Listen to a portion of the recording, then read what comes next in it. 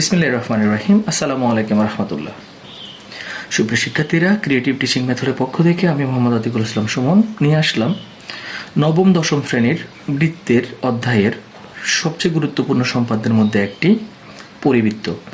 আমরা জানি আমাদের এই সম্পাদ্যটি অষ্টম অধ্যায় থেকে বেশি বেশি পরীক্ষা আসে।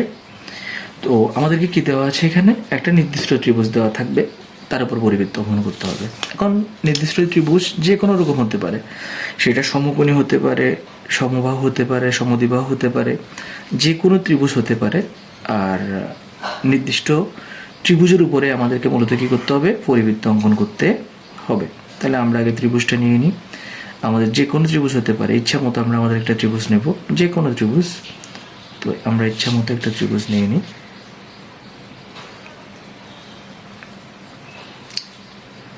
যে কোনো ত্রিভুজ পরীক্ষার হলে আমাদের মেজারমেন্ট দিতে পারে। তো এই আমরা ত্রিভুজ নিয়ে নিলাম, এবং আমরা সবাই জানি যে একটি ত্রিভুজে কয়টি বাহু? তিনটি বাহু, একটা এবি আর একটা বিসি আর একটা এসি। আর এই পরিবৃত্তর জন্য সবসময় মাথায় রাখতে হবে যে যে কোনো দুই বাহুকে সমদ্বিখণ্ডিত করলে হবে। তিন বাহু থেকে যে কোনো দুই বাহুকে সমদ্বিখণ্ডিত করলেই হবে। তাহলে আমরা যে কোনো দুই বাহু সমদ্বিখণ্ডিত করে দিই। একটা হচ্ছে এবিকে করব, আর একটা হচ্ছে এসিকে করব। তো আমরা আগে এবিকে সমদ্বিখণ্ডিত করে দিই অর্ধেকের বেশি নিয়ে। এই 1 2 এবিকে আমরা সমদ্বিখণ্ডিত করে দিচ্ছি 3 and 4।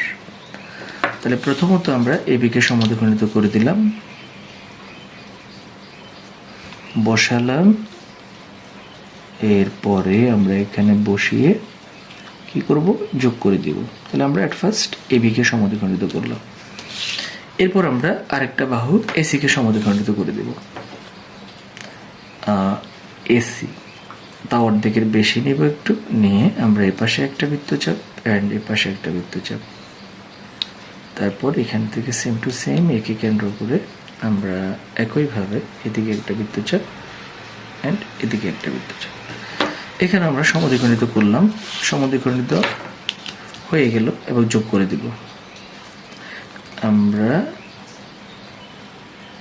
একটা বিন্দু অ্যান্ড একটা বিন্দু, দুটোটা কি করব, যোগ করে দেব। এখন আমরা যদি দুটোটা সমদ্বিখণ্ডক, ধরেন না এটার নামকে যদি আমরা নামকরণ করি এম এন, আর এটার নাম যদি বলি ফি কিউ, তাহলে সমদ্বিখণ্ডক দ্বয়, দুই বাহুর সমদ্বিখণ্ডক দ্বয় একটা অপরটাকে ও বিন্দুতে কি করে, ছেদ করে। এখন আমরা ওকে কেন্দ্র করে যে কোনো ব্যাসার্ধ নিতে পারি, ও পর্যন্ত নিতে পারি, ও সি পর্যন্ত নিতে পারি, অথবা ওবি পর্যন্ত নিতে পারি, যে কোনো একটা নিলেই হবে। আমরা ও এ নিই, যেহেতু আমরা কিউ আর এন দ্বারা দুই পাশের স্পেসটা ব্লক করেছি, তাই আমরা এখানে খালি আছে এই বরাবরে নিই। আপনি যে কোনো একটা নিতে পারেন, কোনো প্রবলেম নেই। এই আমরা ও এ ব্যাসার্ধটা যোগ করলাম। এখন এই ব্যাসার্ধে বৃত্ত আঁকলেই আমরা দেখব যে ওই বৃত্তটা অলরেডি এ বি সি তিনোটা বিন্দুকে স্পর্শ করেছে। এই যে দেখেন, তিনোটা থেকে দূরত্ব সমান দেখাচ্ছে। আমরা তিনোটা থেকে দেখেন এই যে স্পর্শ করেছে। এখন শুধুমাত্র কি করব, আমরা ঘুরিয়ে দিব। এই হচ্ছে যে আমাদের পরিবৃত্ত। আশা করি আমার শিক্ষার্থীরা বুঝতে পেরেছে। তাহলে আমরা কি করেছিলাম, এবিসি একটা ত্রিভুজ দেওয়া ছিল, যার এবিকে আমরা সমদ্বিখণ্ডিত করেছি, আবার এসিকেও আমরা ফিকিউ দ্বারা সমদ্বিখণ্ডিত করেছি। একটা অপরটা ও বিন্দুতে ছেদ করেছে।